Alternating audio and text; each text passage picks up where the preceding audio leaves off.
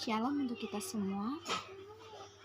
Pembacaan terdapat dalam Roma pasal 1 ayat 16 sampai ayat yang ke-17 yang berbunyi demikian. Injil itu kekuatan Allah. Sebab aku mempunyai keyakinan yang kokoh dalam Injil, karena Injil adalah kekuatan Allah yang menyelamatkan setiap orang yang percaya. Pertama-tama orang Yahudi, tetapi juga orang Yunani. Sebab di dalamnya nyata kebenaran Allah yang bertolak dari iman dan memimpin kepada iman. Seperti ada tertulis, orang benar akan hidup oleh iman.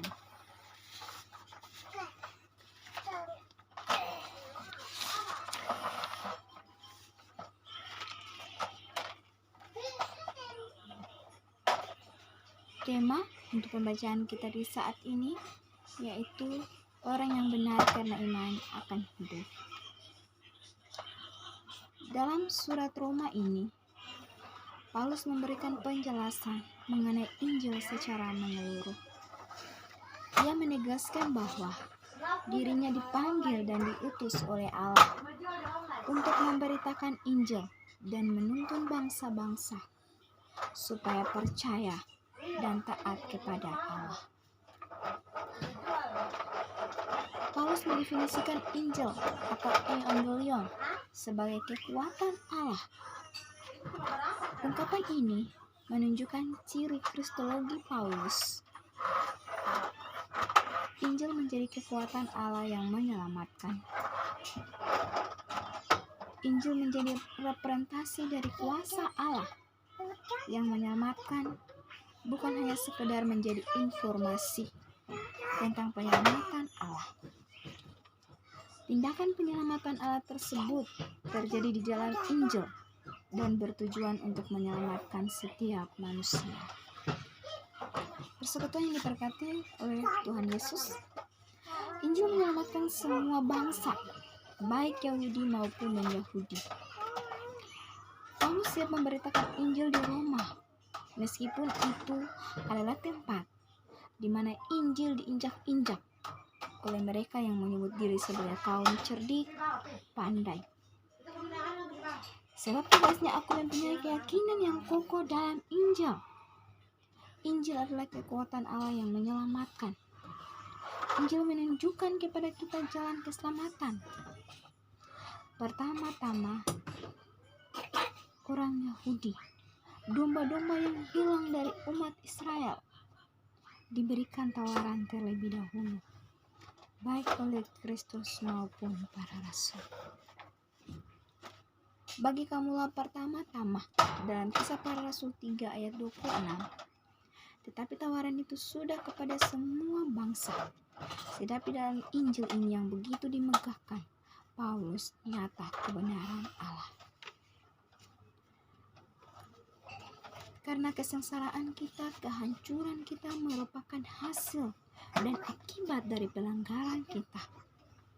Maka apa yang akan menunjukkan kepada kita jalan keselamatan, haruslah akan menunjukkan kepada kita juga jalan pembenaran. Persekutuan yang diberkati, dan inilah yang dilakukan Injil. Injil menyatakan suatu kebenaran bahwa Allah itu adil dan kudus, dan kita para pendosa yang bersalah.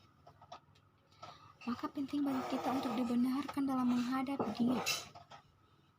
Kebenaran yang dibawa oleh Mesias Sang Raja, Daniel pasal 9 ayat 24, dan dinyatakan di dalam Injil.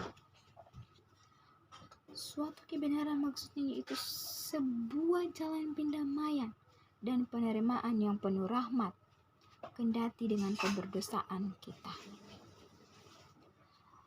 Persekutuan yang diberkati, bertolak dari iman dan memimpin kepada iman. Bertolak dari kesetiaan Allah yang memberi wahyu dan memimpin kepada umat manusia yang menerimanya.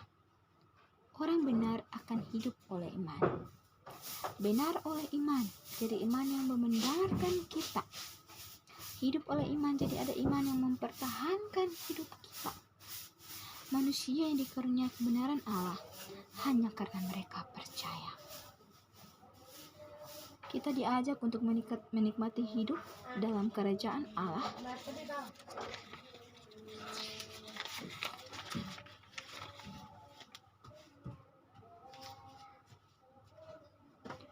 Keunggulan Injil mengungkapkan kepada kita keselamatan orang-orang percaya sebagai tujuannya.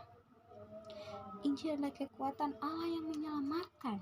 Betapapun rendahnya Injil di mata manusia duniawi, sebab kekuatan Allah bekerja melalui Paulus untuk menyelamatkan setiap orang yang percaya. Keselamatan yang diceritakan di sini adalah keselamatan dari murka Allah. Pasal 5 ayat yang ke-9, murka Allah atas segala macam kejahatan manusia. Maka kita boleh mengerti kuasa Allah ini menyelamatkan orang dari hukuman dosa. Saudara-saudara yang diberkati Tuhan, keselamatan itu terjadi melalui kekuatan Allah.